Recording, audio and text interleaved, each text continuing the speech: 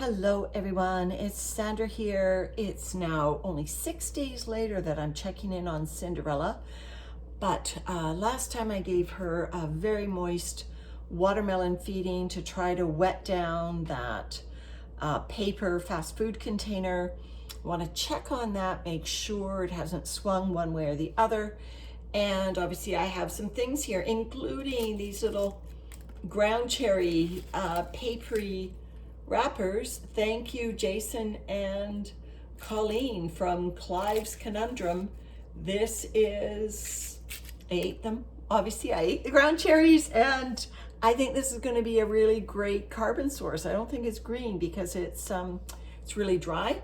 Also, I've opened some new vitamins, so Cinderella gets the topping of those. I have this is a stem from watercress. You can see the remnants of the blue flowers on it. And so Cinderella's going to get a little potpourri there. I've also got some extraordinarily moldy watermelon. And I've put eggshells on top of it already, but I can assure you that was quickly going south. It had been out of the freezer for a few days. So let me just take her plastic off. Make sure the ground cherry wrappers stay in here. Take off her paper covering. This Amazon mailer has been on Cinderella a long time and it's mildly moist. Doesn't seem to be disappearing anytime soon. All right, so Cinderella, I see some moldy tops to the avocado pits that she's obviously got lots of them in there, and so there's mold growing on the top. And so mold, you know, is one of the things that worms eat is the fungus and molds. So, you know, and on the other end, the microbes are bacterial. So although mold isn't great for us to be in the air, the worms love it. Here is my ring from the packing tape that I put in to see if it can get digested. I put that in last time. Oh, I can barely. Ooh, I am squeezing it, but it is not wet. Definitely not wet. So I tried to throw the avocado pits to this corner here. So let me just look elsewhere. Now, as I said last time, after harvesting Cinderella, I took out a lot of her bedding bulk. And so she doesn't have a lot of bedding in here to bury things. And I think the worms are fine. I think there's plenty of food in here, but there isn't a lot of bedding. I'm just stacking the bedding over here. We've obviously been throwing strawberry tops in here through the week, which is what we do. She lives in my kitchen. I have the water standing by in case I feel Cinderella needs water. So I'm over on the flower stems, which last time there was activity in here. They are barely moist enough. I'll say they're not dry, but they are barely moist enough they're moist enough for the worms to survive, no problem. I don't think they are moist enough for the flower stems to start decomposing, and you can still see there's plenty of flower stems. Now these cilantro stems, they were a little bit more moist, but there's no activity there. Now we did feed watermelon. Oh, there's a worm there. So there were a couple worms in those stems. I did actually just pick up a couple. So there were some worms rather in the flower stems. So it's not like they've totally vacated them. You know, I think flower stems and anything you bring in like that, I think incredibly rich diversity of for the bin. You know, I credit Cinderella's health to the fact that she gets such a melange of food sources.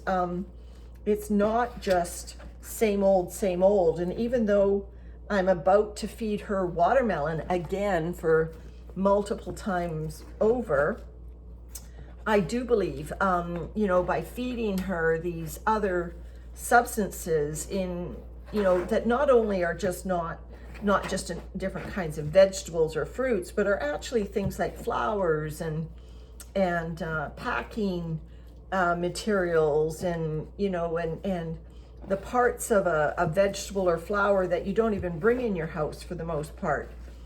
I think that really increases the microbial diversity. Now, hopefully you can see enough. I'm just looking here. Maybe I need to move this a little bit that way. There we go.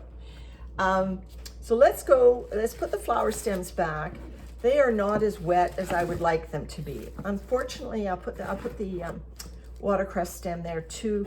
Fortunately, I don't have a lot of bedding to bury them, to moisten them, so I may have to end up spritzing this area to get it a little bit more active.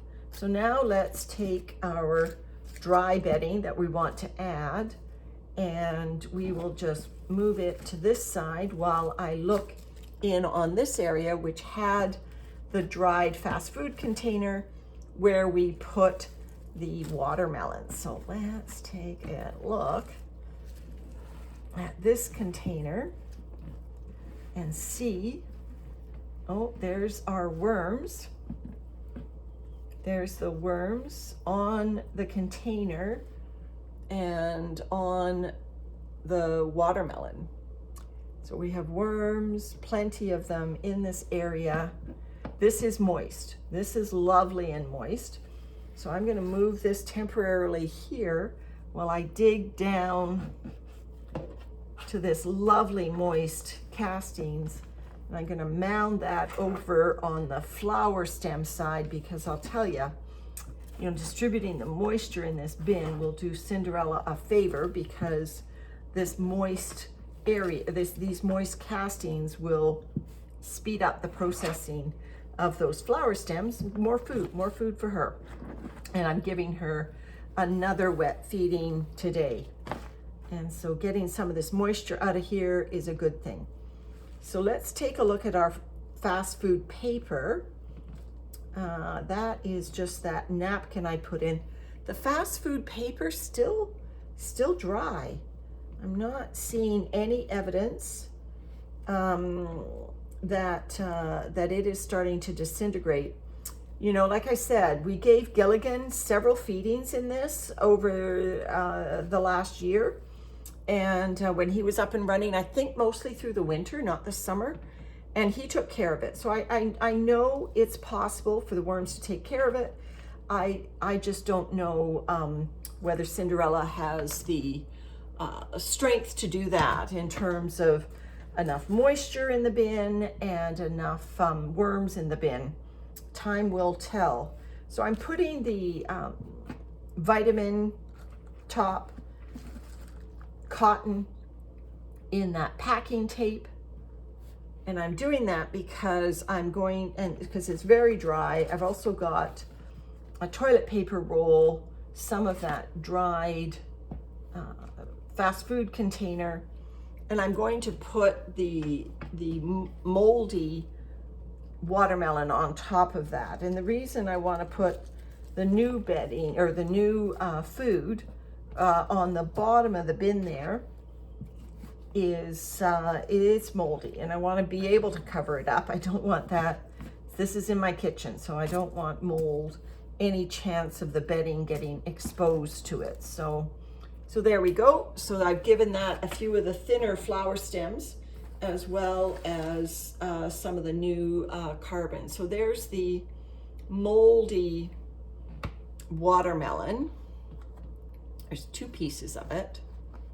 I can assure you I'm not going to touch my face after touching this. Well, I guess the one piece is quite slim. I think it's all just 1 piece. I thought it was 2 pieces.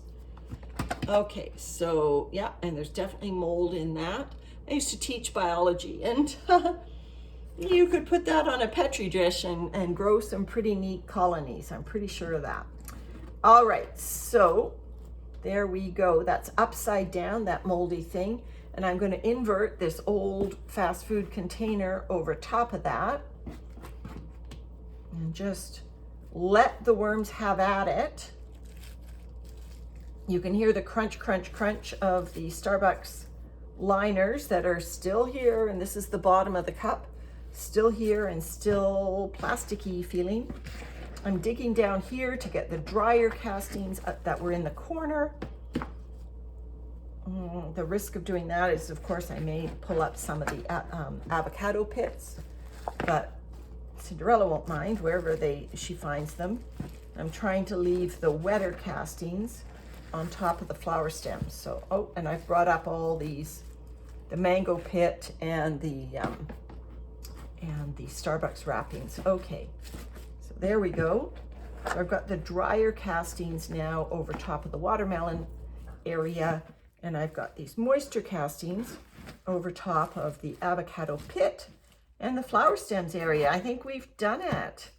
Cinderella. Yeah, I've disturbed your worms. Look at them. They're all like going nuts here on the surface.